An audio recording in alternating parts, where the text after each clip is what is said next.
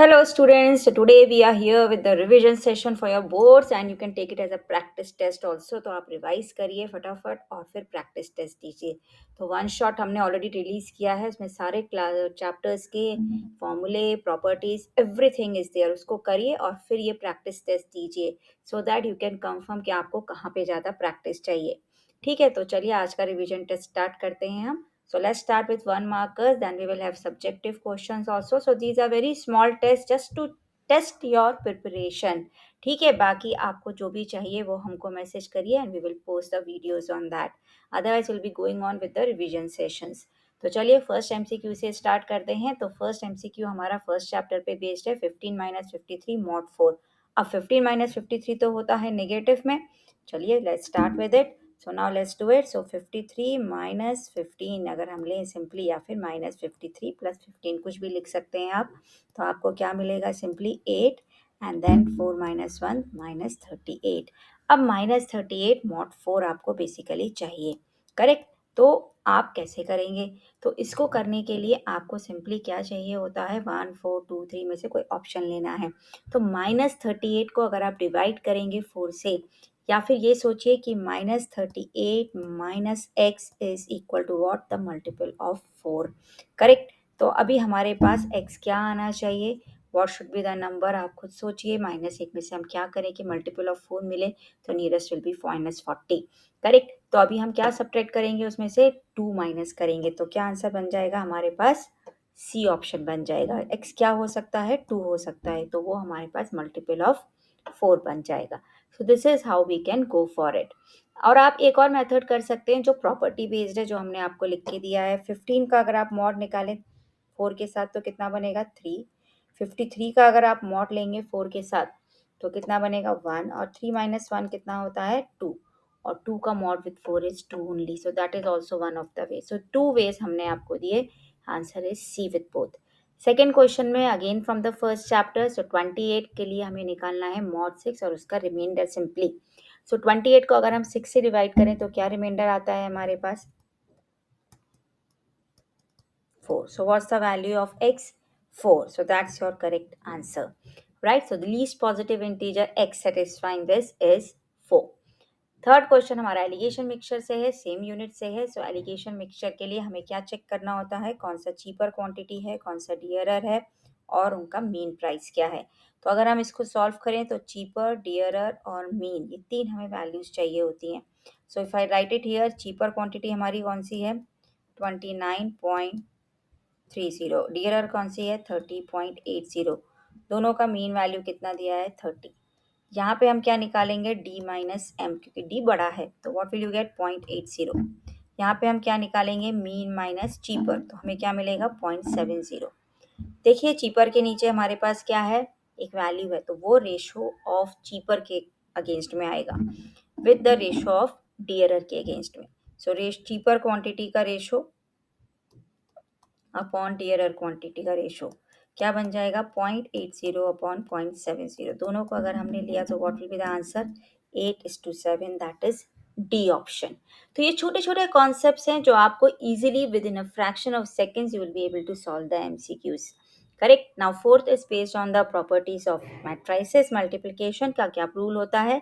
So if A is 3/4 matrix, correct, A एक 3/4 matrix है, तो ए ट्रांसपोज का क्या होगा ऑर्डर? 4/3. करेक्ट. ये तो आपको पता है. अब हमें बी का ऑर्डर निकालना है. सो लेट्स एज्यूम बी का ऑर्डर इज m/n. ठीक है, इतना हम एज्यूम करके चल रहे हैं. तो अभी उन्होंने फोर्थ क्वेश्चन में क्या दिया है कि ए ट्रांसपोज बी एक्सिस्ट करता है और B into A transpose B exist करता है. तो चलिए इसको सॉल्व करते हैं. ए ट्रांसपोज कितना है? 4/3, जो भी मैट्रिक्स है हमारे पास. एंड हमें इसको किससे मल्टीप्लाई करना है? कोई मैट्रिक्स जिसका ऑर्डर m/n है. तो फर्स्ट रूल अगर हम लगाते हैं तो क्या होना चाहिए? Number of columns in the first matrix should be equal to number of rows in the second matrix. तो उससे हमें m की वैल्यू मिल जाती है 3. करेक्ट. अब बी ए ट्रांसपोज मतलब पहले तो आपके पास है बी मैट्रिक्स, करेक्ट, इसका ऑर्डर है m/n.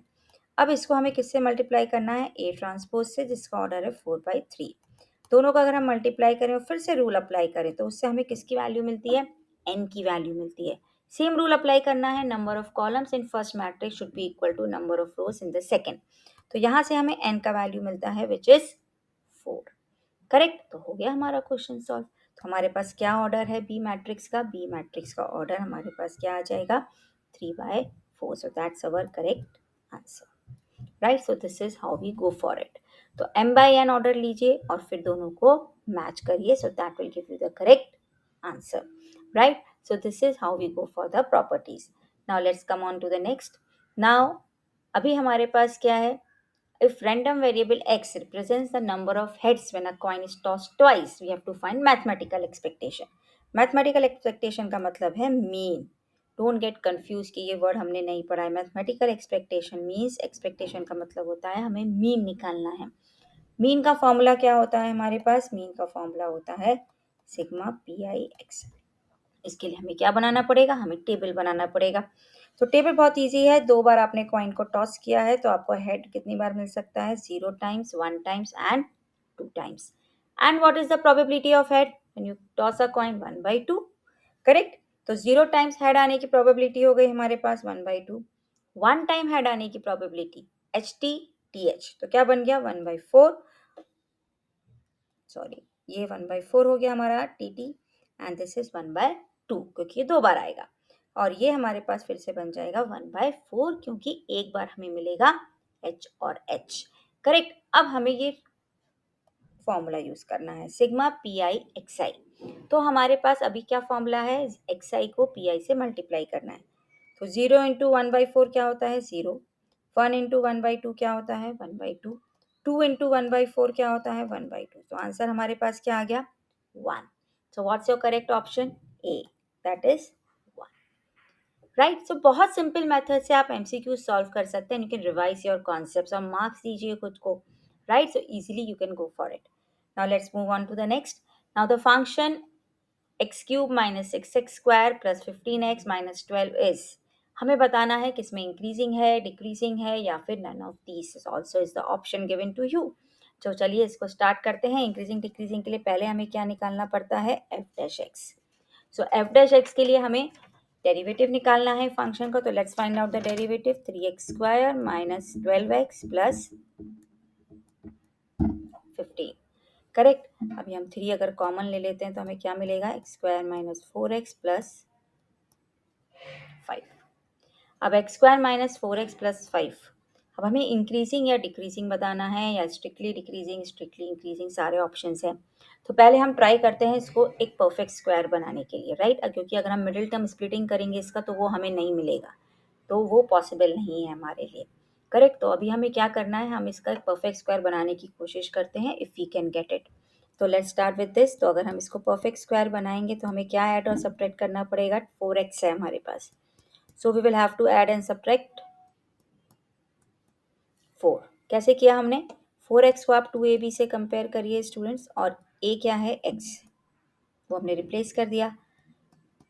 तो b का वैल्यू क्या आता है? 2। तो हम b स्क्वायर को ऐड और सब्ट्रैक्ट करते हैं। करेक्ट। तो हमारे पास ये क्या बन गया? 3x minus 2 whole square plus 1। अब आप इसकी वैल्यू एफ डैश एक्स की वैल्यू चेक करिए। एक्स की किन वैल्यूज के लिए 0 हो सकती है, ग्रेटर देन 0 हो सकती है, लेस देन 0। तो अगर हम इसको चेक करें तो क्या आएगा हमारे पास कि f dash x is greater than 0 for all r. क्यों? Because x minus 2 whole square है। आप x की कोई भी वैल्यू रखिए, जस्ट थिंक ऑफ इट, 0 रखिए, नेगेटिव रखिए, पॉजिटिव रखिए, आंसर पॉजिटिव ही आना है। So it means it is strictly increasing on r, that is your B option is correct, right. So बहुत सिंपल सा क्वेश्चन है, डोंट वरी, इसके तो रूट्स नहीं आ रहे हैं। फैक्टराइज कैसे करें? Make it a perfect square, that's again a very small. Now if the function is increasing on 2, 4 then find the value of k। Again increasing का कंडीशन क्या होता है? F dash x is greater than 0। Correct. तो अगर हम इसका derivative ले तो क्या आएगा? 2x माइनस के इज ग्रेटर देन 0। क्या आएगा? 2x माइनस के इज ग्रेटर देन 0। अब उन्होंने ऑलरेडी दिया है it is increasing on 2 to 4। 2 to 4 में अगर वो इंक्रीजिंग है तो हमारे पास x का वैल्यू 2 और 4 के बीच में है, और 2 और 4 भी है क्योंकि राउंड पर स्क्वायर ब्रैकेट्स दी हैं। तो हमारे पास क्या वैल्यूज आ जाती हैं? अगर हम 2 पुट करें तो 4 माइनस के इज ग्रेटर देन 0। दूसरा वैल्यू क्या आ जाता है? 8 माइनस के इज ग्रेटर देन 0। तो अगर हम कंपेयर करें तो हमारे पास a का वैल्यू किससे कम होना चाहिए? 8 से और 4 से। तो अगर हम इसको कंपेयर करें दोनों चीज़ों को, 8 से कम, 4 से कम, तो किससे कम? पूरा हमारा रिलेशन जो सबको सेटिस्फाई, मतलब 4 से कम। 4 से कम का मतलब कौन सा ऑप्शन दिख रहा है जो 4 से कम है? k belongs to -infinity to 4, क्योंकि दोनों कंडीशन को सेटिस्फाई कर रहा है। k is less then 8 and k is less then 4। तो सिंपल सा क्वेश्चन है ये भी। Now the function is maximum. Maximum के लिए हमें पहले पॉइंट ऑफ मैक्सिमा निकालना होगा। उसके लिए हमें क्या निकालना पड़ेगा? पहले f डैश x,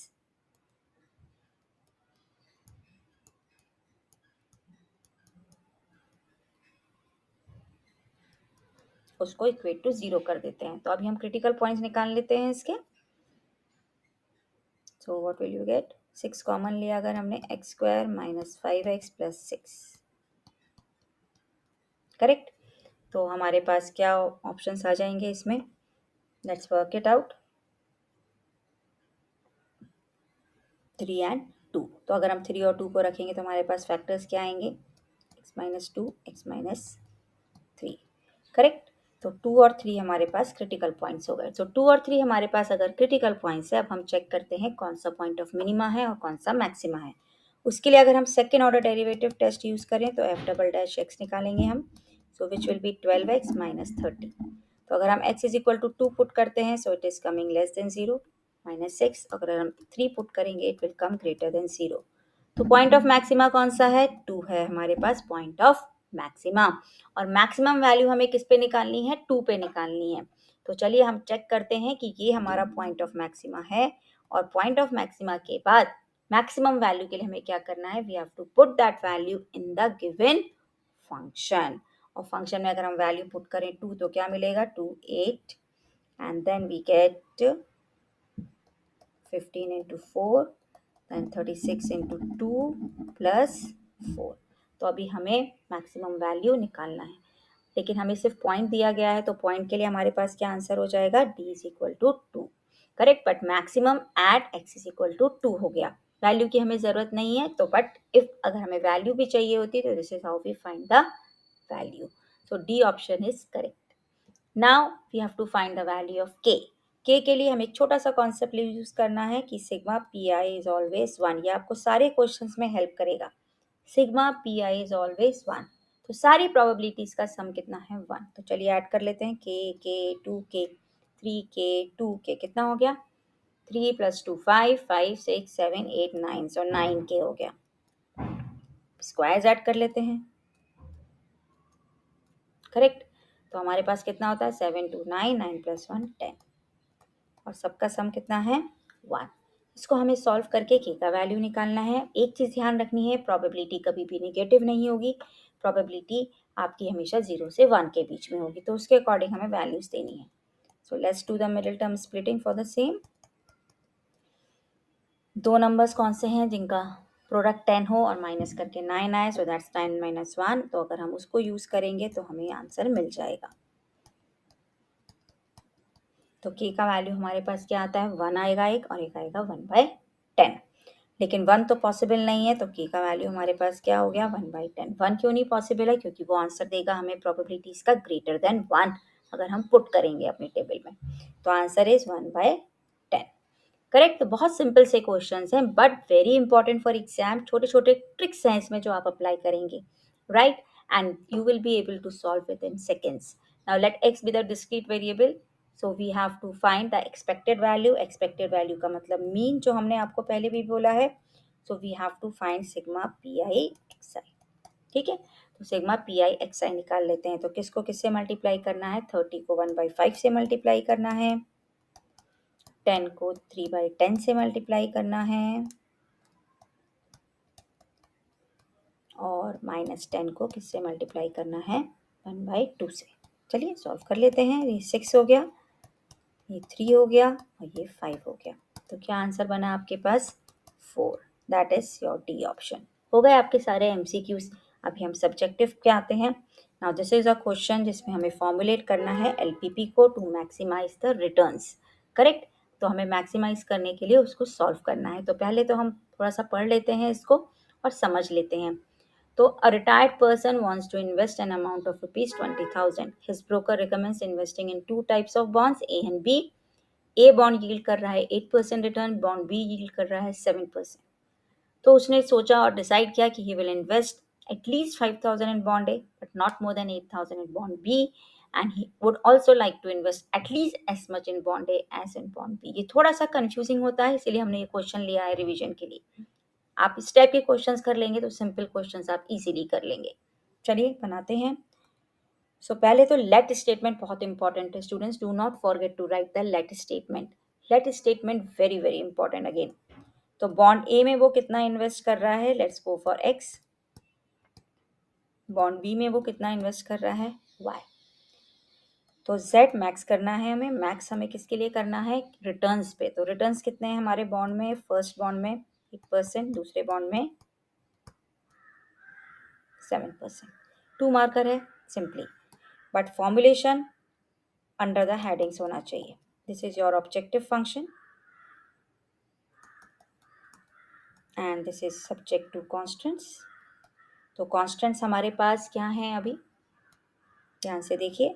कॉन्स्टेंट्स है कि वो कितने पैसे लगाएगा, कितने लगाने वाला है, वो सब मिला के 20,000 up to. So X plus Y is less than equal to 20,000, उससे ज़्यादा वो नहीं लगाएगा. ये मनी इन्वेस्टेड है. आप चाहे तो ब्रैकेट में लिखिए, नहीं भी लिखेंगे तो मार्क्स डिडक्ट नहीं होंगे. He decides to invest at least rupees 5,000 in bond A. So x is greater than equal to 5,000. Not more than 8,000 in bond B. So y is less than equal to 8,000. और जो last condition है, जो most important है, जो student भूल जाते हैं, that is this. He also want to invest at least as much in bond A as in bond B. तो एक्स मच मीन्स उतना तो उसको लगाना है, वो उससे ज़्यादा भी लगा सकता है. So x is greater than equal to y. और नॉन नेगेटिव रिस्ट्रिक्शंस अगेन हमारे पास सेम होती हैं.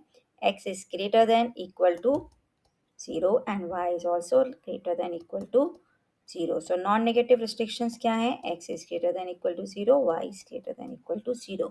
वो यहाँ पे ऑटोमेटिकली सेटिस्फाई हो रहा है x के लिए क्योंकि इट्स ऑलरेडी गिवन. y के लिए we have already written it is less greater than equal to 0. So this is how you formulate. So you get full 2 marks for this. अगर हम इसका डिस्क्रिप्शन लें, half mark will be for this, half mark will be for this, and then 1 mark for this. This is how it goes on, right? So let statement is very very important. Next कर लेते हैं. ये भी formulation का है but ये 3 marks का है, तो थोड़ा सा आपको इसका मतलब कुछ तो होगा इसमें कि ये 3 मार्क्स का है. तो चलिए देखते हैं.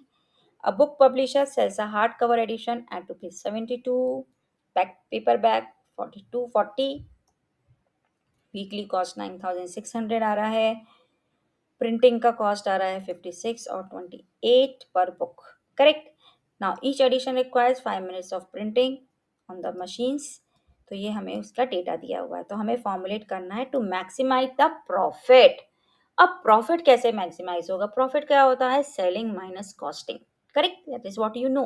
तो अभी हमें यहाँ डायरेक्ट प्रॉफिट नहीं दिया है, इसीलिए ये क्वेश्चन 3 मार्क का है. तो देखिए अभी हम बनाते हैं. सो एक्स और वाई तो हम कर लेते हैं. Let X be the number of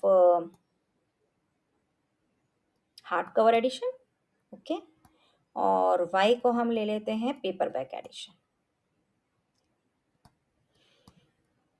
books of paper back edition. ठीक है, ये दो हमने ले लिया. अभी हम z निकालते हैं. z के लिए थोड़ा सा ध्यान से देखिएगा, हमें मैक्सिमाइज करना है प्रॉफिट को, ये हमारा ऑब्जेक्टिव फंक्शन है.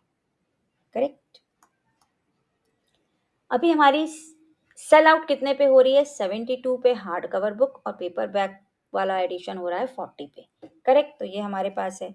तो अभी हमारे पास 72x प्लस 40y, ये तो हमारे पास बन गया सेलिंग प्राइस. अब कॉस्टिंग कितनी जा रही है हमारी, कॉस्टिंग हमारी जा रही है in addition to a week fixed, ये फिक्स्ड कॉस्ट है. करेक्ट. आपको पता है ना कि दो कंपोनेंट होते हैं कॉस्ट फंक्शन में, एक फिक्स्ड और एक वेरिएबल. तो ये तो हमारा फिक्स्ड हो गया. बहुत ध्यान से इस क्वेश्चन को समझिएगा. उसका कॉस्टिंग प्रिंट कितना जा रहा है हार्ड कवर का 56, और पेपर बैक का कितना जा रहा है 28. तो ये आपका बनेगा स्टूडेंट्स ऑब्जेक्टिव फंक्शन. स्टूडेंट्स इस क्वेश्चन में बहुत कंफ्यूज होते हैं, इसीलिए हमने ये क्वेश्चन लिया है. ये क्वेश्चन को आप ठीक से पढ़िए, समझिए, and then give your answer. So what's your answer, 72 minus 56, so you get 16x. 40 minus 28, so 12y minus 9600. This is your maximized set. That is your profit, selling price minus cost price. That is important. Correct? So this is how you go. Correct? So 16x plus 12y minus 9600. Subject to constraints. Subject to constants क्या है हमारे पास, कितना time लग रहा है किसको machine पे, यही हमारे पास कॉन्स्टेंट्स दिए हैं और दोनों मशीन कितने टाइम के लिए अवेलेबल है, 80 आवर्स। अब यहाँ टाइम की यूनिट्स बहुत इंपॉर्टेंट है। मशीन का टाइम दिया है आवर्स में और बुक्स का टाइम दिया है मिनट्स में, तो हमें वो आवर्स और मिनट्स को मैच करना है। तो 80 hours is equal to how many minutes students, 60 से मल्टीप्लाई करेंगे तो 4800 मिनट्स के लिए मशीन अवेलेबल है, इसका ये मतलब है। करेक्ट? तो let's start with this now. Let's read it. 5 minutes on printing machine, whereas hardcover binding takes 10 minutes. So paperback 2 minutes on binding machine और printing machine पे हमारे पास 5 minutes each ले रहे हैं. Now let's make this. So 5x plus 5y दोनों same time ले रहे हैं. Correct? Is less than equal to what? 4800. आप इसको reduce भी कर सकते हैं. Next वाला क्या है हमारे पास?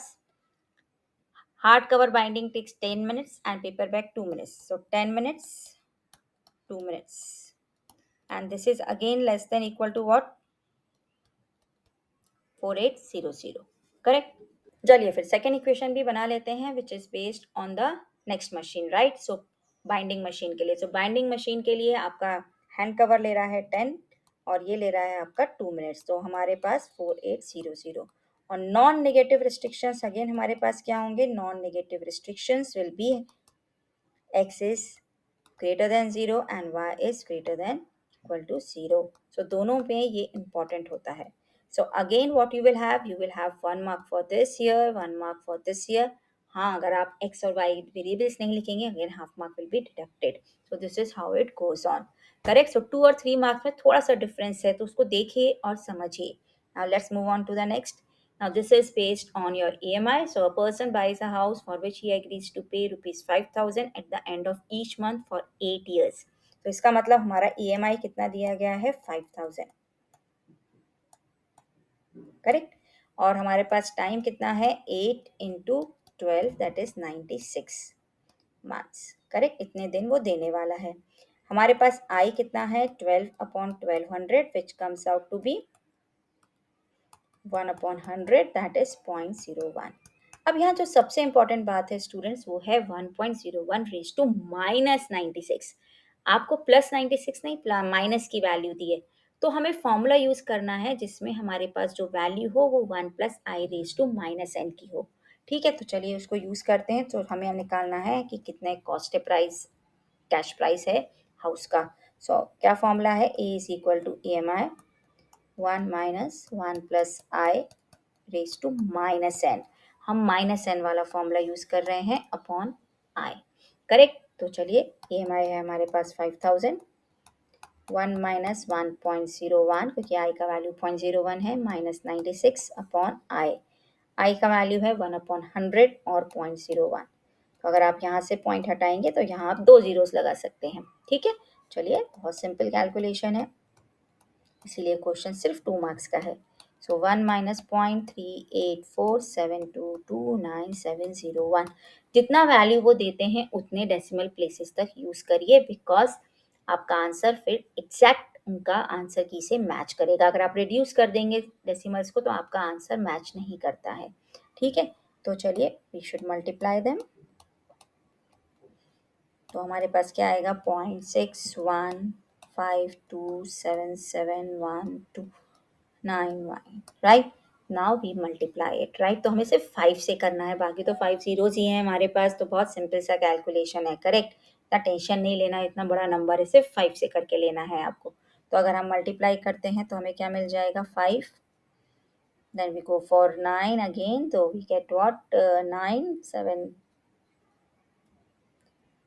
9, then we go for 449, so we get 4, we get 9, we get 5, we get 8, we get 3, we get 1, we get 7, we get 3. So this is what we have. Decimal shifting कर दीजिए, 5 zeros हैं आपके पास, और फिर 1 2 3 4 5 6 7 8 9 10, 1 2 3 4 5 6 7 8 9 10।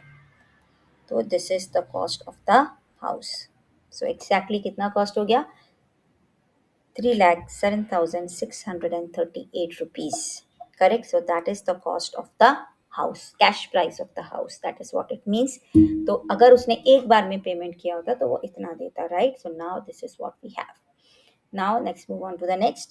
Now in a bank, principal increases continuously at the rate of 5% per year. In how many years will 1,000 double itself? तो ये question आपका related है ग्रोथ एंड डिके मॉडल से। तो आपके पास P को let's take it principal. So principal is changing at what rate? So dp by dt is changing with time at 5%. K नहीं लेना है इसमें क्योंकि ऑलरेडी 5% दिया है of P. That is important. किसके अकॉर्डिंग? P के अकॉर्डिंग। सो P अपॉन 20 आप इसको लिख सकते हैं। तो let's use our variable separable form and try to work it out. So log P is equal to 1/20 log T plus C. करेक्ट। So this is what we have. आप इसको अगर चेंज करना चाहते हैं एक्सपोनेंशियल में तो आप वो भी कर सकते हैं। So P is equal to exponential 1/20t and then what we have exponential C here as well. Correct. तो अगर हम इसको चाहे तो एक K ले सकते हैं इफ़ यू वांट, अदरवाइज आप सेम भी रख सकते हैं। तो ये दोनों फॉर्म्स हमने लिख दिए, लॉग के भी और एक्सपोनेंशियल के लिए भी। अभी आपके पास क्या चीज़ इंपॉर्टेंट है यहाँ पे आपके लिए इंपॉर्टेंट हो जाता है क्या गिवन है initial 1000। So P is 1000 when T is 0। एक कंडीशन ये है और डबल बोल रहा है। So P will be 1000 in how many years, that is what you have to find. Correct. तो ये हमारा क्वेश्चन है। सो नाउ अगर P 1000 है तो T 0 है, तो उससे हम किसका वैल्यू निकाल सकते हैं? K का। सो 1000 K, तो ये तो 0 बन जाएगा, एक्सपोनेंशियल 0 इज 1। सो K का वैल्यू कितना आ जाता है? 1000। तो हमारे पास जो फंक्शन है वो क्या बन जाएगा हमारे पास? log P, या P आप सिर्फ लिख सकते हैं। K is 1000 exponential 1/20t। अब हमारे पास P is 2000। सो 1000 हमारे पास K है ऑलरेडी और हमें T का वैल्यू निकालना है। तो अगर हम इसको कैंसिल करें सो 2 इज दिस। अब अगर आपको आंसर T का निकालना है तो आपको उसको फिर से लॉग में लेके आना पड़ेगा। So what will you get? log base E2 is equal to 1/20t. So what's the value of t? T is 20 log with the base E2. So that is your final answer. log 2 का क्या करें? कुछ नहीं, इसको ऐसे ही रखिए। जब उन्होंने वैल्यू नहीं दिया है तो आपको भी वैल्यू यूज नहीं करना है। This is your final answer. If they want you to use it, they will give you the value of log or they will provide you the log table. Correct. Now let's move on to the next question. This is the last question for today's revision session. और ये last question हमारा probability based है। Correct. So it's a very small test. Just give it. It is on different topics with different types of questions which will help you to score better in your board exams. तो ये हमारा Poisson distribution का question है। तो हमें इसके लिए पहले लैम्डा चाहिए जिसका वैल्यू होता है NP। सो P क्या है हमारे पास? The defective plastic. सो 3/100 हो गया। N क्या है हमारे पास? 100 buckets. So what's your lambda? 100 into 3/100। तो हमारे पास लैम्डा का वैल्यू आ जाता है 3। So now what is the formula for Px? Px is exponential minus lambda, lambda raised to x upon factorial x. तो अभी हमारे पास exponential minus lambda, exponential minus lambda means exponential minus 3 and 3 raised to x upon factorial x. So हमारे पास first case क्या दिया है कि 0 defective buckets. So first case के लिए x is 0. So you have to find P for x is equal to 0. So what do you have? Exponential minus 3, 3 raised to 0 upon factorial 0. So what's your answer? Exponential minus 3. तो उसका value क्या दिया है? 0.049. Correct. Now at the most one bucket is defective. So at the most one bucket is defective means आपके पास P of x is equal to 0. 0 bucket भी defective हो सकती है and x is equal to 1. 1 bucket भी defective हो सकती है, बस 0 and 1। तो 0 का आंसर हमने ऑलरेडी निकाला है तो we can use it directly और otherwise it will become exponential minus 3, 3 raised to 1 upon factorial 1। Correct, और फैक्टोरियल 1 होता है. So 0.049 plus 3 into 0.049. Basically, what do you get? 4 into 0.049, which is simple calculation to do. Correct? So, what do you get? 491. So, 0.196 is your final answer. ये question 3 markers में भी आता है, 4 में भी आ सकता है, एज अ केस स्टडी किसी में भी आ सकता है. So it's a simple question of Poisson distribution. So I hope you all have understood it and score well in the exam. So we'll be coming up with few more sessions for this for exam preparation. So if you have understood it well, do like, share and subscribe. Okay, thank you.